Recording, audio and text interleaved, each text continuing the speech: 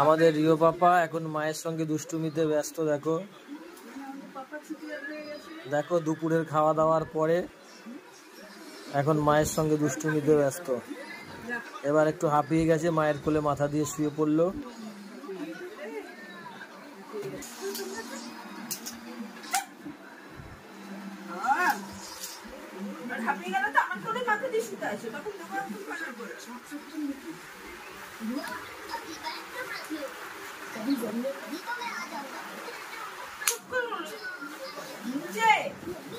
ছেলে